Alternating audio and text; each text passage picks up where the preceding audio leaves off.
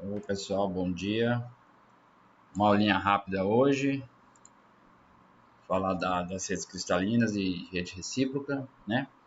Então, a gente começa aí falando do Auguste Bravais, né? A gente fala Bravais, a gente lê aí como se escreve, mas como no francês, essa terminação aí, né? Igual cidade de Calais, não é Calais, né? Calais, né? Cidade que tem praia lá no norte da Itália, né, próximo da Inglaterra, ali, Canal da Mancha, né, através do Canal da Mancha.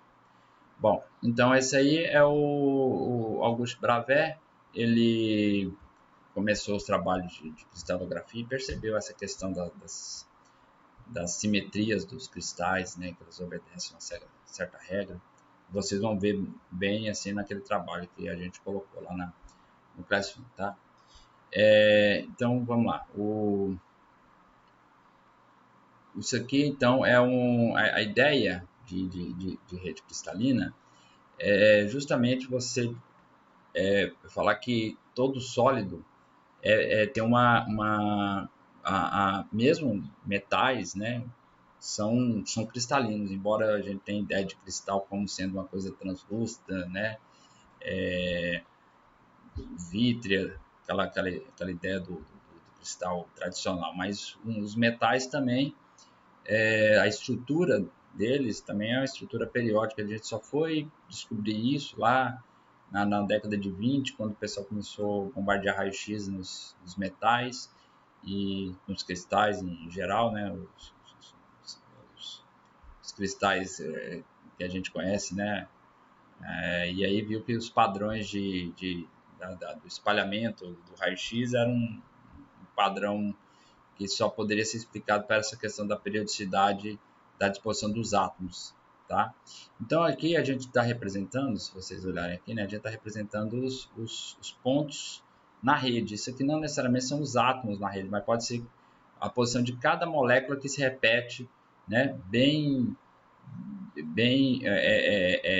translacionada, né, certinha, né? Se a molécula tiver um eixo para cima, a outra aqui também tem que ter um eixo para cima, ou seja, tem que haver uma simetria de translação aqui nesses pontos, elas têm que ficar todas iguais. Então aqui nesse caso, a simetria aqui, a gente fez uma simetria como se fosse uma simetria cúbica, né? A gente pode olhar aqui, ó, a simetria aqui é uma simetria cúbica, tá? Então aqui tá aqui, né? Aí, né? Então você vê aqui que são as arestas do cubo. Essas arestas do cubo determinam, né, os seus parâmetros, tá vendo? E aqui são as bases dessa rede, que não necessariamente são ortogonais, tá? Mas no caso de um material cúbico são ortogonais e são iguais, tá? Cada família vai ter uma família de estrutura cristalina, vai ter uma base da rede. Então, isso aqui, essa base da rede aqui, ó, tá? Esses vetores A1, A2, A3, também são vetores, tá? Esses vetores aqui são os vetores básicos que definem a rede e os valores aqui, N1, N2, N3, devem ser números inteiros. Por quê? Porque tem que obedecer à regra de translação, né? Então, se eu tenho um vetor aqui, deixa eu ver se eu consigo melhorar o meu tentar melhorar aqui com o meu tablet. Opa, onde estamos? Meu tablet não pegou. Deixa eu ver aqui. Aqui tá. Então, ó, se a gente pegar aqui, ó, esse aqui, né? Saco. Deixa eu apagar aqui, pessoal. Ficou muito ruim aqui. Apagar. Aí. Então, se a gente pegar aqui, ó, esse vetor aqui, esse vetor aqui, esse vetor aqui, e colocar o valor 1, ele vai sair desse ponto aqui e vai para cá, ó. Vai daqui para cá, tá? Então isso aqui vai ser meu R, tá? 1, por quê? Imaginando que cada aresta dessa aqui seja 1, tá? 1, tá? 1, né? 1, vamos estar aqui, 1, aqui também é 1, tá? 1, e aqui também seja 1, tá? 1. Então, se aqui for 1, 1 e 1, o vetor R vai ser esse aqui, ó. Tá? Lembrando que se eu colocar outros valores, mesmo negativo ali, né, eu vou ter o vetor R. Oh, meu Deus do céu, como é que tira essa porcaria? Vou ter o vetor R para cá, aqui sendo a origem, tá? Então aqui eu vou ter um outro vetor R para cá, tá? Muito bem. Bom, então, né? Então o que que acontece? Eu posso então, não apaga mais uma merda se tem. Bom, então eu posso fazer toda a rede, posso colocar toda a rede, reconstruir toda a rede, mudando o valor desses pontos aqui, tá? Com qualquer valor inteiro, tá? De negativo, positivo, eu posso reconstruir todos os pontos dessa rede. Então, quem permite eu reconstruir todos esses pontos dessa rede, usando essa regra aqui do que aqui deve ser um valor número inteiro, são as bases da rede. Então, essas bases vão definir a simetria da rede, tá? Certo? Elas, vou voltar a dizer, elas não necessariamente são ortogonais, ok? Não necessariamente são ortogonais.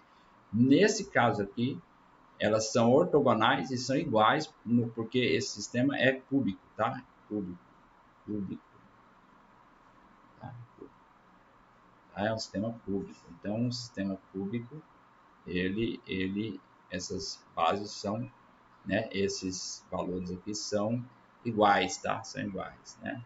Que é A, que vale A, né? E a altura e a profundidade que vale A, tá bom? Então, isso que quer dizer a base. A base é a que gera a simetria do seu sistema cristalino, tá? Então, tem arranjo que não é. Você fecha para mim aqui, por favor? Tem arranjo que não é reproduzível assim por translação de simetria. Então, olha aqui, por exemplo, isso aqui uma simetria hexagonal. Você vê que ela encaixa perfeitamente, ela reproduz perfeitamente, mas o ponto, por exemplo, esse ponto P, né? Se eu transladar esse ponto P para o ponto Q, volta toda a rede repete. Mas o ponto P para o ponto R, não. Olha só, o ponto P para o ponto R, eu já tenho uma outra visão aqui, porque daqui, ó, se eu botar um olho aqui, né? Oh, meu Deus do céu. Se eu botar um olho aqui, o que vai acontecer? Eu boto um olho aqui, né? E o que eu estou vendo aqui? Gente, isso é muito chato. Eu boto um olho aqui, eu vejo esse ponto. Mas se eu transladar e voltar para cá, o ponto já está bem mais distante, tá vendo? Então não há uma translação nesse sentido. Nesse funciona. Se você olhar bem, essa rede aqui a gente chama de rede triangular, não hexagonal, para repetir todos os pontos da rede, né? Se eu fosse fazer mesmo, né, tentar reproduzir isso aqui como um ponto, um sistema reticulado, né, um sistema que a rede se repete, eu precisava pegar um ponto aqui, ó, vem aqui, outro ponto aqui, ó, um outro ponto aqui. Aí, em vez de eu fazer essa representação em hexagonal, eu faria isso aqui, ó. Eu representaria essa aqui, pego aqui, esse losango aqui, que seria a melhor representação para reproduzir. E criaria uma célula, né? Uma célula, em vez de ser hexagonal, faria muitas células em forma trapezoidal aqui, não. Muitas células em forma trapezoidal. Tá? Com quantos pontos na rede? 2 pontos, ó. Esse e esse. Aí teria esse e esse aqui também, tá? E aí o parâmetro, na verdade, dessa base seria esses vetores aqui, ó, tá? Isso aqui para uma base bidimensional. Ó, seria essa aqui. Então aqui eu teria o A1 e o A2. Tá? Não tem o A3 porque é bidimensional, tá, pessoal? aí o A1 e o A2, tá? Então, aqui tendo o A1 e o A2, eu consigo reproduzir todos os pontos dessa rede, porque na verdade essa rede só tem 2 pontos, tá? 2 pontos. Então, nota que o ponto P é equivalente ao ponto Q, e o ponto R seria um ponto S aqui qualquer, tá? Um ponto S, certo? Um ponto S qualquer aqui, tá? Então aqui assim eu reproduzo toda a rede. Então, a representação aqui por um hexágono não seria periódico, embora, aliás, não seria uma rede Brabant, embora pode ser periódico, porque você vê que ela repete no sentido da translação desse ponto aqui, oh, caramba, desse ponto aqui para esse ponto aqui, ó, tá? Desse ponto aqui do centro para esse ponto, mas os pontos que estariam incluídos na rede ali não são pontos indistinguíveis, né? Como eu mostrei aqui, o P com Q, com R não seriam indistinguíveis, né? E então a melhor representação aqui para você reconstruir uma rede honeycomb, né? Uma rede de colmeia, é você ter esses 2 pontos dentro desse paralelograma aqui, tá certo? Esse losango aqui, e esse losango se repetiria. É difícil entender, mas depois eu até posso pedir como vocês fazerem uma representação, tentar desenhar no caderno, um losango com ângulos, né? Com ângulos aqui de, assim aqui é 30, aqui vai ser 60, né? Vai ser 60. Vou fazer ângulos assim, ó, de 30 e 60, tá? E aí nessa reprodução tentar mostrar que se você fizer uma rede assim, dá para desenhar os hexágonos, tá bom? Então é uma questãozinha que eu vou deixar para vocês. Então vamos lá, um exemplo, vou dar um exemplo da rede cúbica de corpo centrado, né? Então a rede cúbica de corpo centrado, quando fala corpo centrado, é porque você tem aqui nas arestas, né, os pontos da rede nas arestas, tá vendo aqui, ó, os pontos da rede nas arestas, tá? 1, 2, 3, 4, 5, 6, 7, 8, né? Tem que ser, né? E um corpo no centro, por isso que é chamado de corpo centrado, ó, corpo centrado, tá aqui, tá?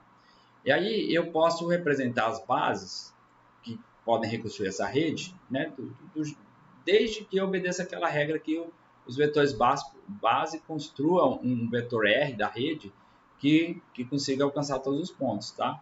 Então esses aqui, por exemplo, ó, eu indo A2 para essa direção aqui, ó, A2 para essa direção, A1 para a direção, né, os vetores aqui na base, né? E um vetorzinho apontando lá para o centro do cubo.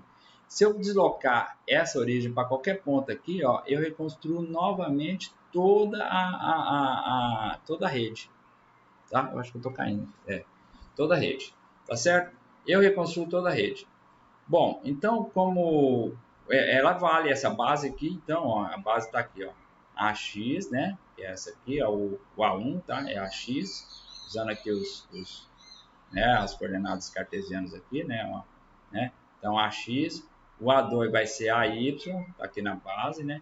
E o A3, como eu tenho que alcançar o ponto aqui no centro, né? Não posso deixar nenhum ponto fora, senão não reconstruo a rede. Eu aponto aqui para o centro e vou ter aqui A2, né? Porque cai na metade aqui, né? Vocês podem notar aqui, ó, cai na metade, ó, né? Então aqui cai na metade, certo? Então cai na metade. Então dá A2, X mais Y mais E, certo? Concorda, né? Porque dá metade de X, metade de Y, né? E a altura aqui é a metade de Z, certo? Então tá aqui reconstruído.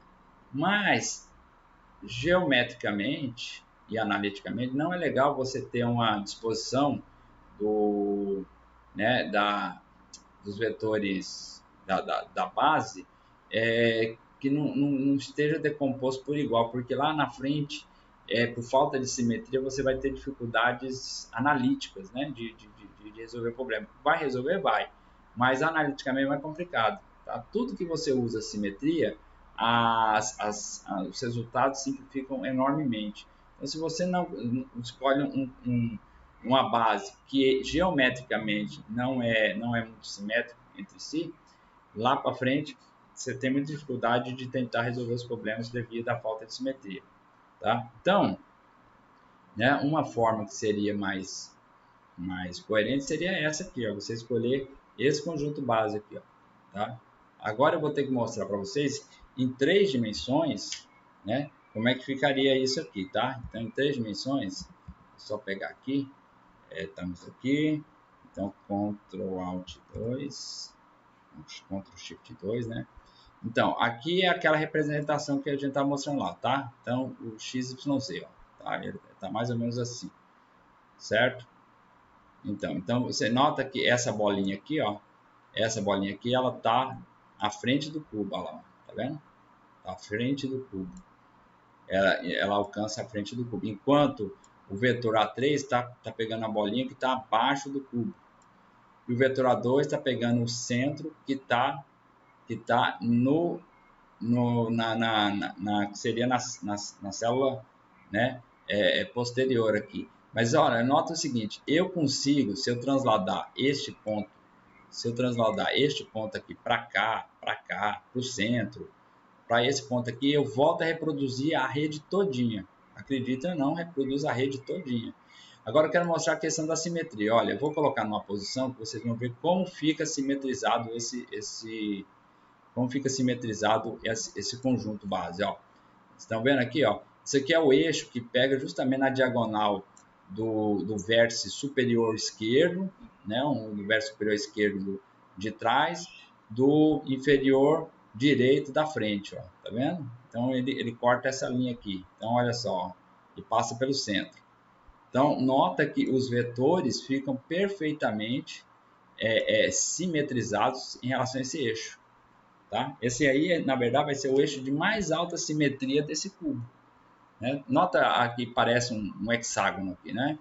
Isso é interessante, tá? Então, por isso que eu coloquei aqui essa representação 3D, justamente para a gente poder ter uma ideia, né? De como como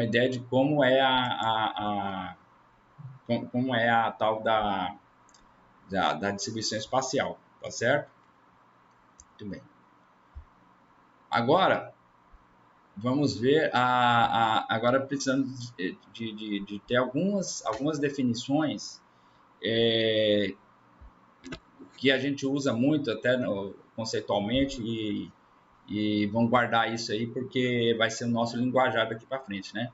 Então, por exemplo, o que é número de coordenação? Né? Número de coordenação. Então, número de coordenação é o... Deixa eu desligar aqui. O número de coordenação é quanto eu desliguei, mas eu vou ter que mostrar. Quais são os vizinhos mais próximos de qualquer ponto da rede, tá? Qualquer ponto da rede. Então, no do corpo central tem coordenação 8, por quê? Se eu voltar aqui, ó, vou voltar aqui para vocês verem, ó, na outro exemplo aqui, né? Vou limpar aqui. Então, olha só, se vocês olharem aqui, né? Os vizinhos mais próximos desse ponto aqui, ó, os vizinhos mais próximos desse ponto aqui, ó, tem 1, 2, 3, 4, 5, 6, 7, 8.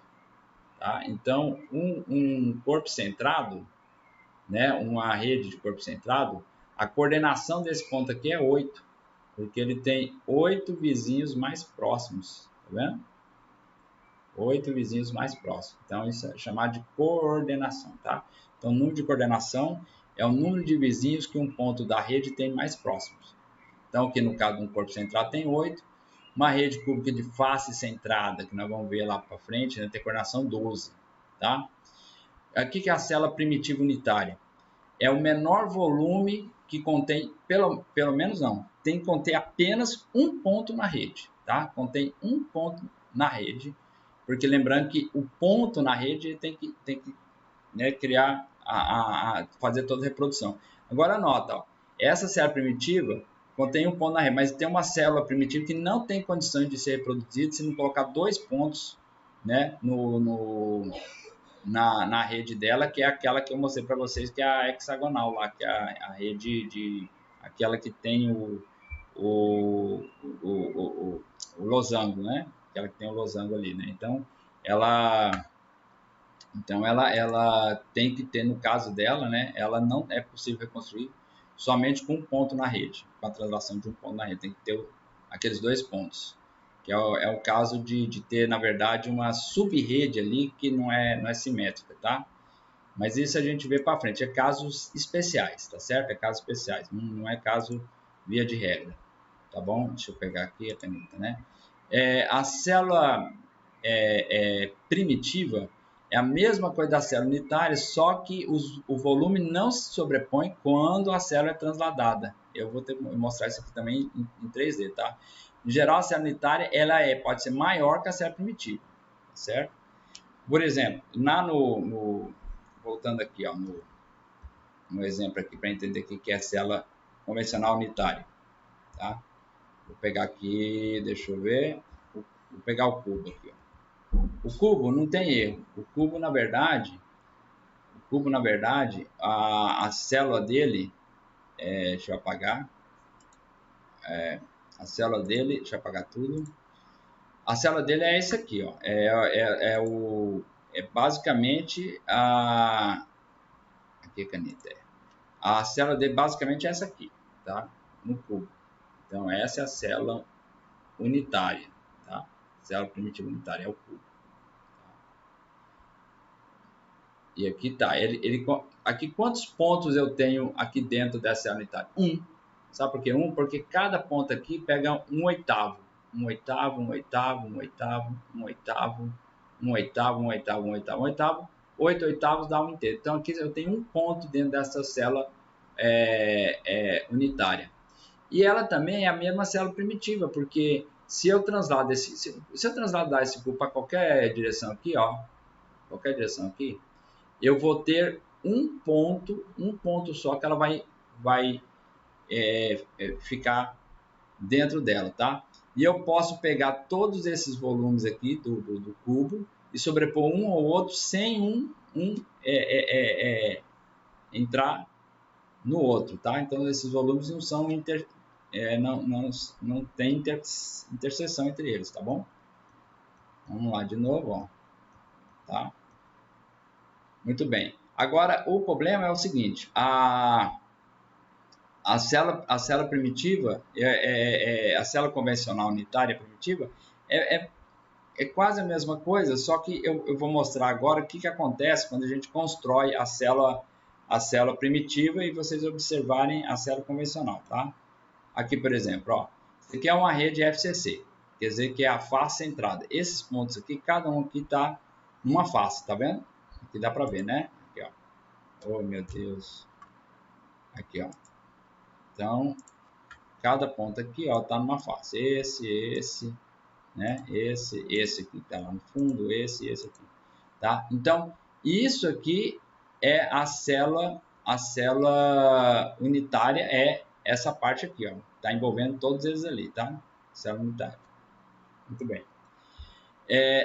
Agora tem um detalhe, né? É claro, eu falei que é um ponto da rede, mas você pode ter, no caso aqui, né? Nesse que é o outro caso também, que você vai ter dois pontos vão ser internos. Vamos ver? No caso da célula unitária, eu tenho um oitavo de cada ponta aqui, ó. Eu tenho um oitavo de cada ponta aqui, certo? Um oitavo de cada ponto. E eu tenho um oitavo de cada corpo que está na face desse cubo aqui. Então, na verdade, são dois pontos dentro da célula unitária. Agora, na célula primitiva, eu tenho um ponto só, que é esse, um oitavo desse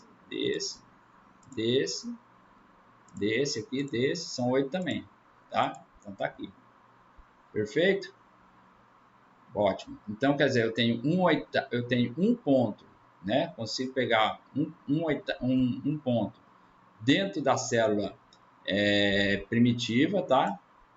E dentro da célula unitária eu consigo pegar aqui 2 pontos. Mas tanto é que o volume que a célula primitiva ocupa é 1/4 do volume da célula unitária, tá? Então vamos ver como é que fica isso Vamos ver como é que fica isso. Deixa eu tentar carregar aqui a célula unitária, tá? Carregar ela aqui. Tá aqui, ó, tá? Então aquela representação é essa aqui, tá? Deixa eu ver. Aí tá aqui. Olha lá. Tá? Então aquela representação é essa aqui. Tá? Exatamente essa aqui. Então a gente vê que a simetria também é um fator importante. A gente consegue ver algumas faces, né, de simetria aqui. Também observar, né, que o volume acaba sendo 1/8 do volume, né, porque tem aqui, ó, um quarto do volume. Se a gente pensar que aqui tem 1, 2, 3, 4, né? Aqui, ó, o volume todo ocupado aqui, ó. Ver se eu pego uma face boa aqui, tá? Né? 1/8, né? Então aqui tem aqui tem 4, aqui tem 4 e eu tô pegando uma parte aqui e outra parte aqui, tá certo? Então se contar aqui esses losanhos dá 1, 2, 3, 4, 5, 6, 7, 8. E eu pego 2/8 aqui, dá um quarto, tá certo?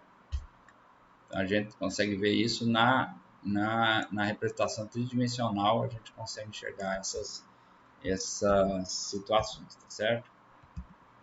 Vamos lá, onde é que a gente estava? Tá, muito bem. Bom, agora vamos lá mostrar a célula primitiva. Ela é um jeito de você construir a célula primitiva, mas diferente daquela representação aqui, ó, tá? Diferente dessa representação, a gente constrói a célula primitiva utilizando os planos que estão... você pega a coordenação do átomo, né? Do ponto, você pega a coordenação de um ponto, e essa coordenação de um ponto aqui, por exemplo, né?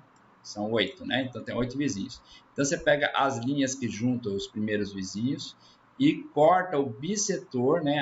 O ponto, a metade, né? O bissetor dessa ligação aqui e forma um plano, tá?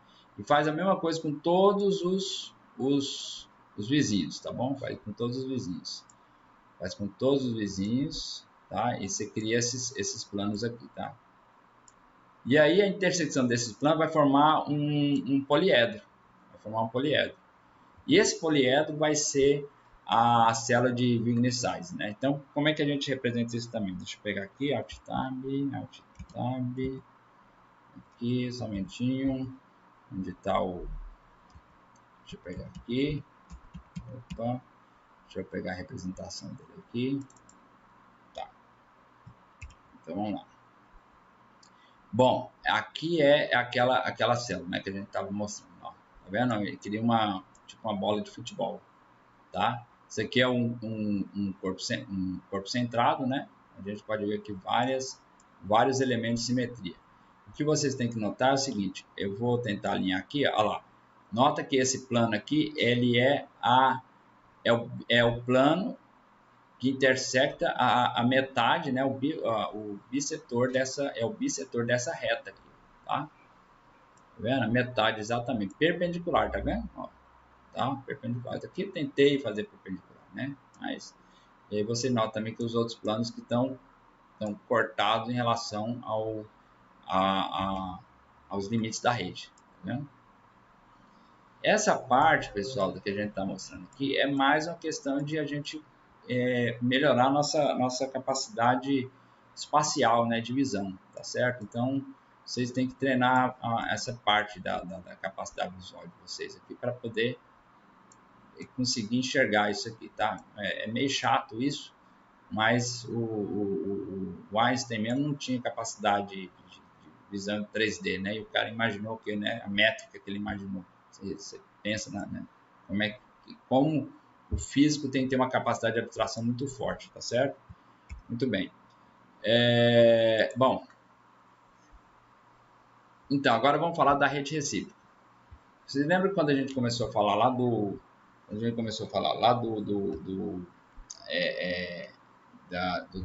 teorema do modelo de Sommerfeld, né? A gente começou a falar do modelo de Sommerfeld e aí a gente começa a falar da questão da periodicidade, a periodicidade do sistema, porque você tinha que ter condições de contorno, né? Mas a gente não colocou a periodicidade na questão da rede, né? Mas a periodicidade no sentido da condição de contorno das funções de onda. E aí a gente inseriu o vetor K ali que representasse, né, que representa a onda associada que está o elétron, por exemplo, tá certo? Então ali a gente já definiu o que? A gente definiu definimos o tal da rede recíproca, né? Do vetor, o vetor do espaço recíproco, na verdade, né? O espaço recíproco. E agora a gente pode também falar de rede recíproca. O que é uma rede recíproca? É toda aquela rede que quando você passa do espaço real, ele vai para o espaço recíproco. E ele leva toda a informação da simetria desse espaço real para o espaço recíproco. Por isso que se cria uma rede também do espaço recíproco. Embora pode ser que algumas das simetrias não sejam correspondidas de um para o outro, mas continua sendo uma rede, tá certo? Eu digo assim, por exemplo, a rede cúbica direta vai virar a rede cúbica da rede recíproca, mas você vai ter algumas mudanças de orientação no caso de outros tipos de rede, por exemplo, as redes que tem menos simetria, né?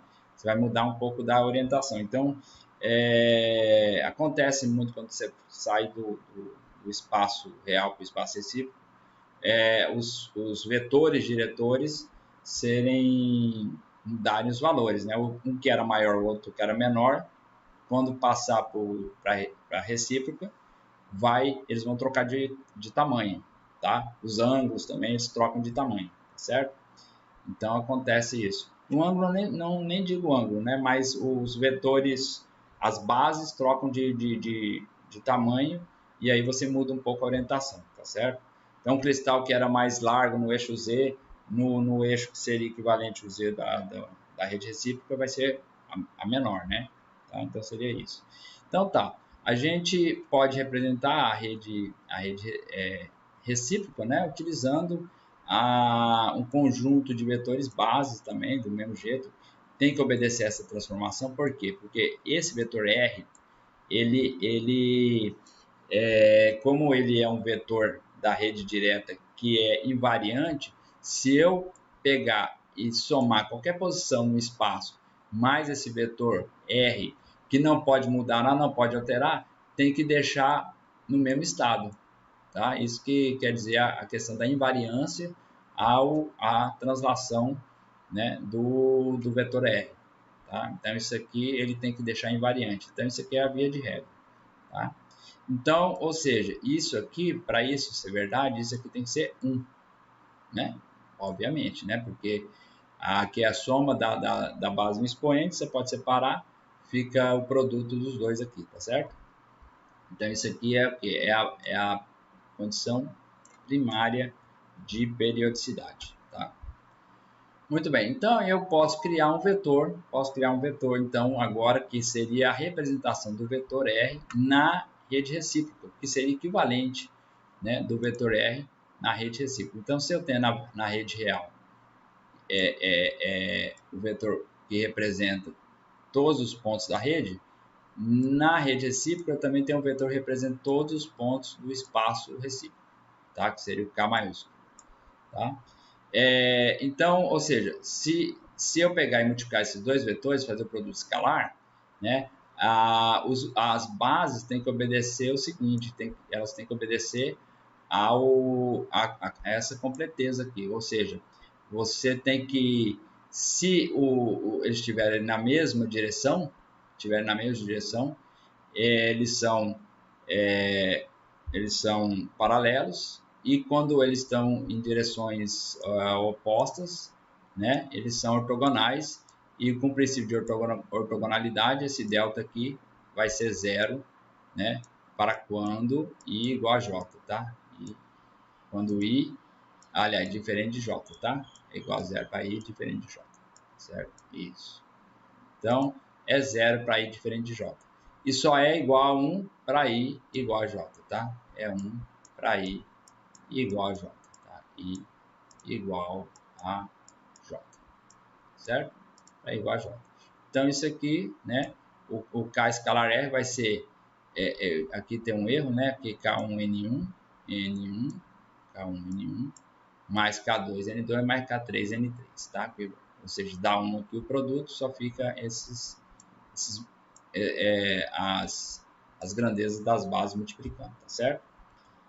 Bom, então uma coisa que a gente sabe lá da identidade vetorial é que o produto misto, né, de três vetores concorrentes, quer dizer, que saem aqui da mesma origem, isso aqui é igual ao volume. Isso aqui dá o volume. Isso aqui dá um escalar, que é o volume. Esse aqui vai representar a área, e essa aqui é a projeção da altura, tá certo? Então, isso aqui, né, eu posso fazer a permuta e sempre vai dar um valor que é o volume, tá? Esse aqui é o volume, tá? A gente chama de Q. Tá? Muito bem. Bom, como quando você tem as mesmas direção, né, a mesma direção, né, o valor dá 2π, então isso aqui na verdade é 2π, eu multiplico ambos os lados por 2π dividido por Q, né, corta aqui, corta, tá? Então aqui vai ficar 2π aqui do lado, e 2π para nós vale, né, depende do que a gente está trabalhando aqui, pode ser A1B1, pode ser A2B2 ou pode ser A3B3, né? Então aqui é AI, BI, BI. 2π é AI, BI, tá aqui. Então eu posso fazer isso, tá? Aí eu igualo e obtenho as equações de transformação de uma base para outra base, tá? Equações de transformação da base que é do espaço direto para as bases do espaço recíproco, tá bom? Isso implica que as definições da rede recíproca são as mesmas da rede direta, tá bom? Então, na cúbica, né, o quanto A1, o A2 e o A3 são esses valores. Aplicando as equações de transformação, você tem esses valores para a rede recíproca. Nota que a rede recíproca é inverso da dimensão, por isso tem um A embaixo aqui, tá vendo? A unidade dele é dimensão a menos 1. E na rede FCC, né, que a gente mostrou ali, tinha um resultado, quando você faz a transformação, né, você tem esses outros valores aqui. Né? Bom, então agora, qual é o equivalente da célula primitiva para a célula, para o espaço recíproco, né? Ou para a sede recíproca? Então, a célula primitiva de Wigner-Sais, ela é a primeira zona de Brillouin, chamada primeira zona de Brillouin. A gente vai saber o porquê tem essa definição lá para frente também, tá? E os planos da rede são esses planos que são paralelos, né, que formam o retículo, na verdade, da célula do sistema cristalino, formam um reticulado, cuja distância entre esses planos são, a distância entre esses planos devem ser as distâncias as distâncias, são distâncias interplanares, mas são as distâncias que vão criar esse retículo, né? E definir de um certo modo os parâmetros da rede, tá certo? E aqui a gente pode usar, aqui a gente mostrou uma família de planos, mas você pode ter outra família de planos dependendo da orientação. Eu, por exemplo, poderia pegar aqui, ó, vamos ver aqui se a gente podia pegar um plano assim, ó, uma rede, um conjunto de planos que pegasse aqui, ó, vou ligar aqui e fosse daqui para cá, ó. Deixa eu ver se daqui para cá. Um conjunto de planos assim, ó, ligando esses três pontos, tá? Aí o próximo plano seria esse aqui, ó. Tá? Esse seria o próximo plano. Isso também formaria uma família de planos, tá? Tá vendo? né? Na verdade, esse plano aqui ainda posso ir mais para cá, ó. Formaria essa família de planos aqui, ó. Esse aqui mais para cá, e aqui eu teria esse outro plano. Tá? Então, eu poderia ter uma família de planos. Opa, acertei. Né? Eu poderia ter uma outra família de planos aqui de acordo com a orientação do cristal. E ele sempre mantendo, né, tendo uma distância que equivale a uma distância, onde está aqui, está aqui, né? Ele sempre tem uma distância que definiria o sentido do a distância interplanar que definiria os parâmetros da rede, tá certo? E a gente também só vai ver isso lá quando estiver falando de raio-x. Por enquanto, então, a gente só gasta mais tempo aqui com questão de nomenclatura, tá? Por isso que essa parte, eu não vou ficar cobrando de vocês essa parte, eu quero que vocês façam aquele trabalho lá e guardem essas definições, porque agora é um conjunto de definições que vocês têm que colocar na caderneta, que a gente vai usar quando a gente for falar, você já vai ter a familiaridade, tá certo? Muito bem, aqui tá, então a rede recíproca, né, aqui mostra, né, a questão da distância, a distância interplanar, né, no caso agora, isso aqui representa, né, 2π sobre d representa o espaço interplanar do vetor, né, o espaço interplanar do vetor da rede recíproca, tá? Isso implica o seguinte, que os parâmetros de rede, né, por exemplo, vamos dizer uma rede que A seja igual a D, tá? Então, se eu tenho que K, tá, é igual a 2π sobre A, tá? Se eu tirei o vetor aqui, tá? Deixa eu botar um vetor normal aqui. 2π sobre A. Esse 2π sobre A, no sistema cúbico, vai dar o tamanho, por exemplo, da primeira zona de Brillouin. Tá? A primeira zona de Brillouin vai ter tamanho 2π sobre A. E A vai ser o parâmetro de rede. E A no cúbico, tá? Vai ser o parâmetro de rede. Parâmetro de rede. Tá? Então, A vai ser o parâmetro de rede para o cúbico, para cúbico, tá? Cúbico. Sistema cúbico. Certo? Sistema cúbico, tá? Então, esse A aqui vai ser o parâmetro de rede e a zona de Brillouin, tá? Deixa eu dizer B. A zona de Brillouin vai ter exatamente esse tamanho, 2π sobre A, tá bom? E para finalizar, quando a gente estiver falando lá de raio-x, né, vamos falar dos índices de Miller, tem as coordenadas, né, que define os planos de rede, tá vendo? Ó? São as coordenadas cujo vetor da rede recíproca, né, é perpendicular aos planos da rede, tá? Então aqui você tem os índices de Miller, ó, né? Eu chamo de H, K e L, vai corresponder ao quê? Ao vetor Kzinho, né? Vetor K igual, lembra que era N, né? N não, era K1, B1, mais K2, pequenininho, né? B2, mais K3, B3, tá? Quem vai ser então? K1 vai ser igual a B1, né? Opa, perdão aqui, não, aqui vai ser K1 vai ser igual a H, K2 vai ser igual a K e K3 vai ser igual a L, tá? Então é isso aí.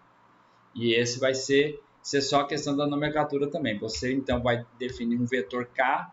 Você lembra que eu podia usar qualquer número inteiro aqui, ó, qualquer número inteiro aqui, mas para eu ir de um plano para o outro, né, para uma família de planos, eu defino esses inteiros como sendo esses valores aqui que vão ser, na verdade, os índices de milho, que vão definir os planos de um conjunto de planos paralelos lá, um conjunto de planos da rede, tá certo? Então, eles são números inteiros específicos que definem os planos da rede. E é isso, pessoal. Então é isso aí e até a próxima. Falou!